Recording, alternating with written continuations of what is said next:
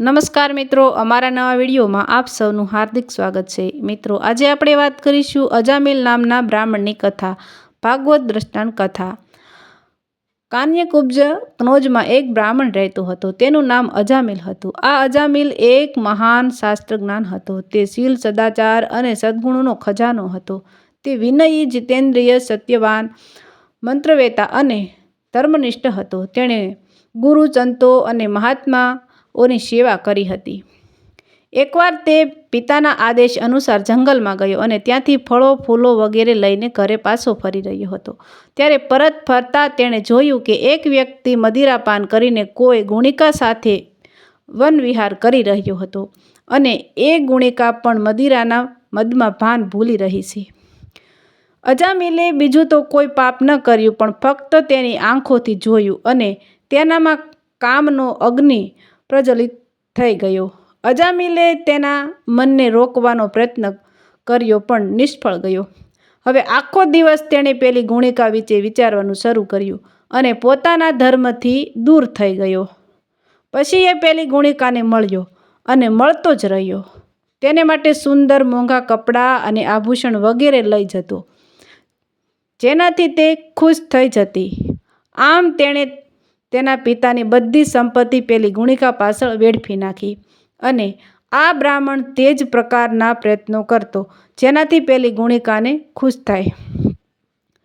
તેની સાથેનો સંબંધ પછી એટલો વધ્યો કે અજામિલે પોતાની ઉમદા, સંસ્કારી અને કુળવાન પત્નીનો પણ ત્યાગ કર્યો અને એ ગુણિકા સાથે જ રહેવા લાગ્યો।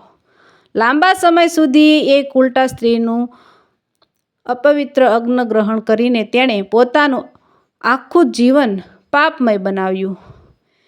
અનેક પ્રકારે એ ગમે ત્યાંથી ન્યાય અન્યાયનું દ્રવ્ય લઈ આવતો અને તે પાપી સ્ત્રી થકી વિસ્તાર પામેલા પોતાના નવા મોટા પરિવારના લાલન પાલનમાં જ વ્યસ્ત રહેતો। તેનો એ પરિવાર તેની ચોરી, જુગાર અને છેતરપિંડીના ધન પર જ નભતો હતો। એકવાર કેટલાક સંતો તેમના ગામ આવ્યા। ગામની બહાર સંતોએ કેટલાક લોકોને પૂછ્યું કે ભાઈ, અમને કોઈ ઉમદા બ્રાહ્મણનું ઘર કહો, અમારે ત્યાં રાત પસાર કરવી છે। અમુક ટીખળી લોકોએ સંતોને ઉપહાસ કરતા કહ્યું, સંતો, અમારા ગામમાં એક જ શ્રેષ્ઠ બ્રાહ્મણ છે, જેનું નામ અજામિલ છે અને તે ભગવાનનો એટલો મોટો ભગત છે કે તે ગામની અંદર રહેતો નથી, પણ ગામની બહાર જ રહે છે। હવે એ સંતો અજામિલના ઘરે પહોંચ્યા અને દરવાજો ખખડાવ્યો। ભગત અજમીલ,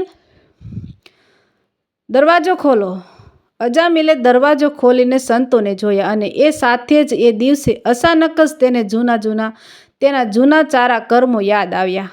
સંતોએ કહ્યું, ભાઈ, રાત બહુ વીતી ગઈ છે, શું તમે અમારા માટે ભોજન અને સૂવાની વ્યવસ્થા કરશો? અજામિલે સુંદર, સ્વાદિષ્ટ ખોરાક તૈયાર કર્યો અને તે સંતોને કરાવ્યો। જ્યારે અજામિલે સંતોને સૂવાનું કહ્યું, ત્યારે સંતજનો બોલ્યા, અમે નિત્ય સૂતા પહેલાં કીર્તન કરીએ છીએ। જો તમને સમસ્યા ન હોય તો શું અમે કીર્તન કરી શકીએ? અજામિલે કહ્યું, આ તમારું જ ઘર છે એમ સમજો અને તમારી મરજી પ્રમાણે મનમાં જે આવે તે કરો। સંતોએ સુંદર કીર્તન શરૂ કર્યા અને અજામિલ તે કીર્તનમાં બેઠો। કીર્તન આખી રાત ચાલ્યું અને અજામિલની આંખોમાંથી આંસુઓ આવી ગયા।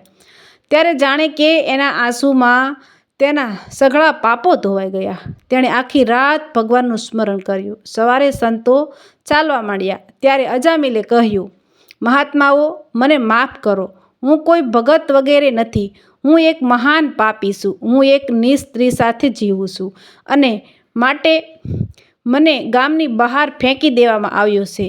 ફક્ત તમારી સેવા માટે જ મેં તમને ભોજન કરાવ્યું છે, નહીં તો મારાથી મોટો પાપી કોઈ નથી। સંતોએ કહ્યું, ઓ અજમીલ, ગઈકાલે તમે અમને આ વાત કેમ ન જણાવી? અમે તમારા ઘરે રોકાયા ન હોત ને? પણ હવે તમે અમને આશ્ચર્ય આપ્યો છે જ તો બીજી ચિંતા કરશો નહીં। તમારે કેટલા બાળકો છે તે મને કહો। અજમીલે કહ્યું કે મહારાજ, મારે 9 બાળકો છે, વળી પત્ની હવે ગર્ભવતી પણ છે। સંતોએ કહ્યું, હવે તેને જે સંતાન થશે તે તમારો પુત્ર હશે અને તમે તેનું નામ નારાયણ રાખજો. જોજો તમારું કલ્યાણ થઈ જશે. સંતો આશીર્વાદ સાથે રવાના થયા. સમય જતાં અજામિલને એક પુત્ર થયો. તેનું નામ પાડ્યું નારાયણ. હવે તેને પુત્ર નારાયણમાં ખૂબ જ આસક્તિ લાગી ગઈ હતી અને જાણે કે તેણે પોતાનું સંપૂર્ણ હૃદય જ તેના બાળક નારાયણને સોંપ્યું હતું. આખો સમય અજામિલ કહેતો, નારાયણ ભોજન કર, નારાયણ જળ પીવો, અત્યારે નારાયણ રમવાનો સમય છે તો રમો. તે બસ આખો સમય નારાયણ નારાયણ જ કરતો. આમ 80 વર્ષો વીતી ગયા. તે આ બધામાં ખૂબ જ મગ્ન બની ગયો હતો. એમાં તેને ખ્યાલ જ ન હતો કે મૃત્યુ એના માથા પર આવી ગયું છે. હવે તે ફક્ત તેના પુત્ર નારાયણના સંબંધમાં જ વિચારતો હતો.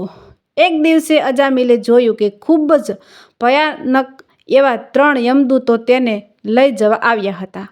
તેમના હાથમાં ગાળીઓ છે, તેમના ચહેરા કુટિલ છે અને શરીરના રૂવાડા કાંટાની જેમ ઊભા જ હતા.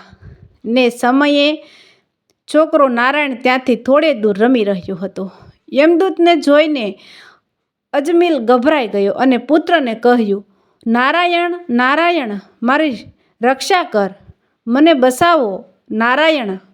ત્યાંથી પસાર થઈ રહેલા ભગવાન વિષ્ણુના કેટલાક પાર્ષદોએ જોયું કે આ મનુષ્ય તો મૃત્યુ સમયે તેમના સ્વામી ભગવાન નારાયણના નામનો જાપ કરી રહ્યો છે.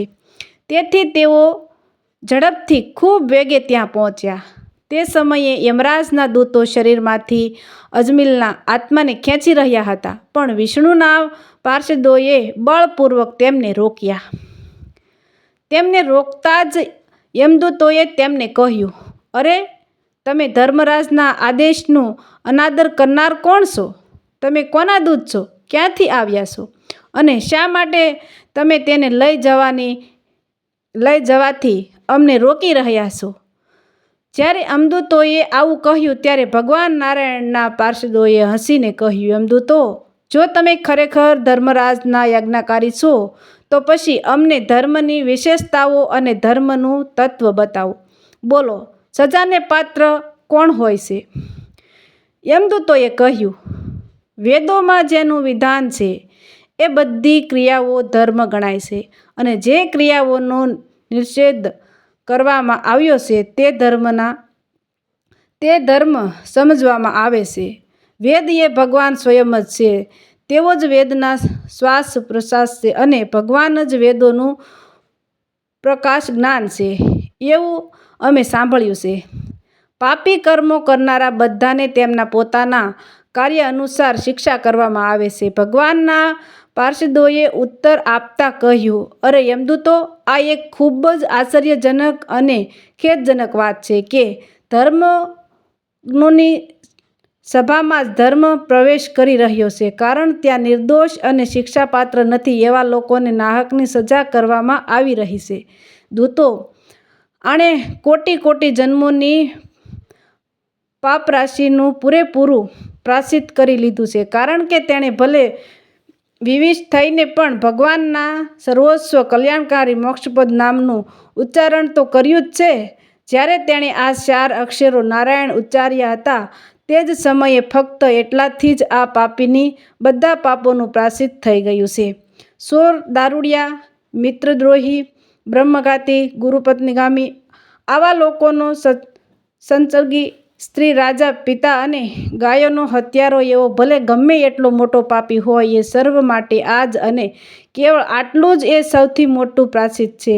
એણે ભગવાનના નામનો જાપ કરવો, કારણ કે ભગવાનના નામનો જાપ કરવાથી વ્યક્તિની બુદ્ધિ ભગવાનના ગુણો, લીલા અને સર્વરૂપોમાં મગ્ન થઈ જાય છે અને સ્વયં ભગવાનની આભા તેની આસપાસ ઘનિષ્ઠા બની જાય છે. તો તમે લોકો અજામિલને ન લઈ જાઓ, કારણ કે તેના પાપોનું પ્રાયશ્ચિત થઈ ગયું છે, એટલા માટે કે મૃત્યુ પામતી વખતે તેણે ભગવાનના નામનું સ્મરણ કર્યું છે. આ રીતે ભગવાનના પાર્ષદોએ ભગવાન ધર્મનો સંપૂર્ણ નિર્ણય સંભળાવી દીધો અને અજામિલને યમદૂતથી સુગાલમાંથી મુક્ત કરીને મૃત્યુના મોંમાંથી બચાવ્યો. પ્રભુનો આવો મહિમા સાંભળીને તંતુર જ અજામિલના હૃદયમાં ભક્તિ જન્મી. હવે તેના પાપોને યાદ કરીને તેણે ખૂબ પસ્તાવો કરવાનું શરૂ કર્યું. અજામિલે પોતાના મનમાં વિચાર્યું, ઓહ, હું તે કેવો ઇન્દ્રિયોનો ગુલામ છું. મેં દાસીના ગર્ભાશયમાંથી પુત્ર ઉત્પન્ન કરીને મારા બ્રહ્મતત્વનો નાશ કર્યો. આ સાચે જ ખૂબ જ ખેદની વાત છે. ધિક્કાર છે મને, વારંવાર ધિક્કાર હો. હું તો સંતો દ્વારા નિંદિત છું. હું પાપાત્મ છું. મેં મારા કુળ પર કલંકની લીટી લગાવી છે. મારા માતા પિતા વૃદ્ધ અને તપસ્વી હતા. મેં તેમને પણ છોડી દીધા. ઓહ, તે આવું છે. હું કેટલો કૃતજ્ઞ છું. હવે હું ચોક્કસ જ હું સૌથી ભયાનક નરકમાં પડીશ, જેમાં કામી, ધર્મઘાતી પાપીઓ અનેક પ્રકારની યમયાતનાઓ ભોગવે છે. ક્યાં હું બ્રહ્મતેજને નષ્ટ કરવાવાળો મહાન પાપી, કપટી, નિર્લજ્જ માનવ અને ક્યાં ભગવાન નારાયણનું તે સર્વસ્વ શુભ નામ. હું તો ખરેખર કૃતાર્થ થઈ ગયો. હવે હું મારા મન, ઇન્દ્રિયો અને પ્રાણને નિયંત્રણ કરવા એવો પ્રયત્ન કરીશ કે ફરી ક્યારેય મારી જાતને હું ઘોર અંધકાર નરકમાં ન નાખું. યમદૂતોથી ડરીને મારા દીકરાને બોલાવવા હું નારાયણ બોલ્યો અને તુરંત જ ભગવાનના પાર્ષદો હાજર થયા. જો મેં ખરેખર નારાયણને જ પોકાર્યો હતો તો શ્રી નારાયણ આજે મારી સમક્ષ પ્રગટ ન થઈ ગયા હોત. પછી અજામિલના મનમાં સંસાર પ્રત્યે તીવ્ર વૈરાગ્ય ઉત્પન્ન થઈ ગયો. તે બધા જ સંબંધો અને મોહીને ત્યાગીને હરિદ્વાર ગયો. ત્યાં ગયા પછી તે દેવસ્થાનમાં બેઠક લગાવી બેસી ગયો અને યોગ માર્ગનો આશ્રય લઈને તેણે પોતાની બધી ઇન્દ્રિયોને વિષયોમાંથી હટાવી અને મનમાં લીન કરી દીધી. પછી મન બુદ્ધિમાં ભેળવી દીધું. એ પછી આત્મચિંતન દ્વારા તેમણે બુદ્ધિને વિષયોથી વેગળી કરી મૂકી અને તેણે પરબ્રહ્મમાં જોડી દીધી. આ રીતે જ્યારે અજામિલની બુદ્ધિ ત્રિગુણમાંથી પ્રકૃતિથી ઉપર ઉઠીને ઈશ્વરના સ્વરૂપમાં સ્થિર થઈ ગઈ, ત્યારે તેણે જોયું કે તેની સામે તે જ 4 પ્રદર્શો ઊભા જેમણે તેણે અગાઉ ઉપર જોયા હતા. અજામિલે મસ્તક નમાવી નમસ્કાર કર્યા. તેમના દર્શન કર્યા પછી તીર્થધામમાં ગંગાના કાંઠે તેને પોતાનો દેહ ત્યાગ કર્યો અને તરત જ ભગવાનના પારદર્શોનું સ્વરૂપ પ્રાપ્ત કરી લીધું. ભગવાનના અન્ય પારદર્શોની સાથે અજામિલ સૌરમણ વિમાનમાં આરૂઢ થઈને આકાશ માર્ગે ભગવાન લક્ષ્મીપતિના નિવાસ સ્થાને એવા વૈકુંઠે પ્રસ્થાન કરી ગયા. સુખદેવ મહારાજ કહે છે કે હે પરિસ્થિત રાજા, જુઓ, અજામિલ જેવા પાપી જેણે મૃત્યુ સમયે પુત્રના બહાને ભગવાનનું નામ પોકાર્યું તેણે પણ વૈકુંઠ પ્રાપ્ત કર્યું છે.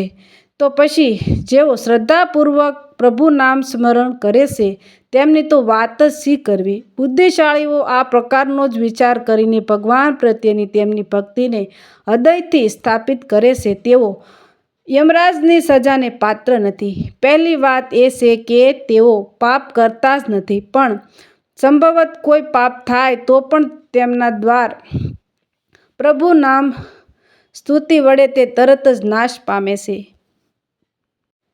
જે મનુષ્યની જીભ ભગવાનના ગુણો અને નામો ઉચ્ચારતી નથી, તેનું મન તેના શરણોમાં ચિંતન કરતું નથી અને જેનું માથું એકવાર પણ ભગવાન શ્રી કૃષ્ણના શરણોમાં નમતું નથી, એવા ભગવત્સનો વિમુખ લોકોને જ યમલોકમાં લઈ જવામાં એવી યમરાજે એ પછી પોતાના દૂતોને સલાહ આપી તે હુકમ કર્યો. જ્યારે યમદૂતોએ તેમના યમરાજના મુખેથી આ રીતે પ્રભુનો મહિમા સાંભળ્યો અને પછી તેમણે સ્મરણ કર્યા, ત્યારે તેમના આશ્ચર્યની કોઈ મર્યાદા નહોતી. ત્યારથી ધર્મરાજાની વાતોમાં વિશ્વાસ રાખીને તેઓ પોતાના વિનાશની આશંકાથી ભગવાનના આચરિત ભક્તો પાસે જતા જ નથી. એટલું જ નહીં, પણ તેઓ તેમની તરફ આંખ ઉઠાવીને જોતા પણ ડરતા હોય છે. તો પ્રિય પરિસ્થિત, આ ઇતિહાસ ખૂબ જ ગુપ્ત છે, ખૂબ જ રહસ્યમય છે. ભગવાન અગત્યજી કે જેઓ મલય પર્વત પર બિરાજમાન છે, એમણે શ્રી હરિની ઉપાસના કરતી વખતે મને આ સંભળાવ્યું હતું, જે અત્યારે મેં તમને કહી સંભળાવ્યું. મિત્રો આવા જ નવા વિડીયો જોવા માટે અમારી ચેનલ લાઇક શેર સબસ્ક્રાઈબ કરજો.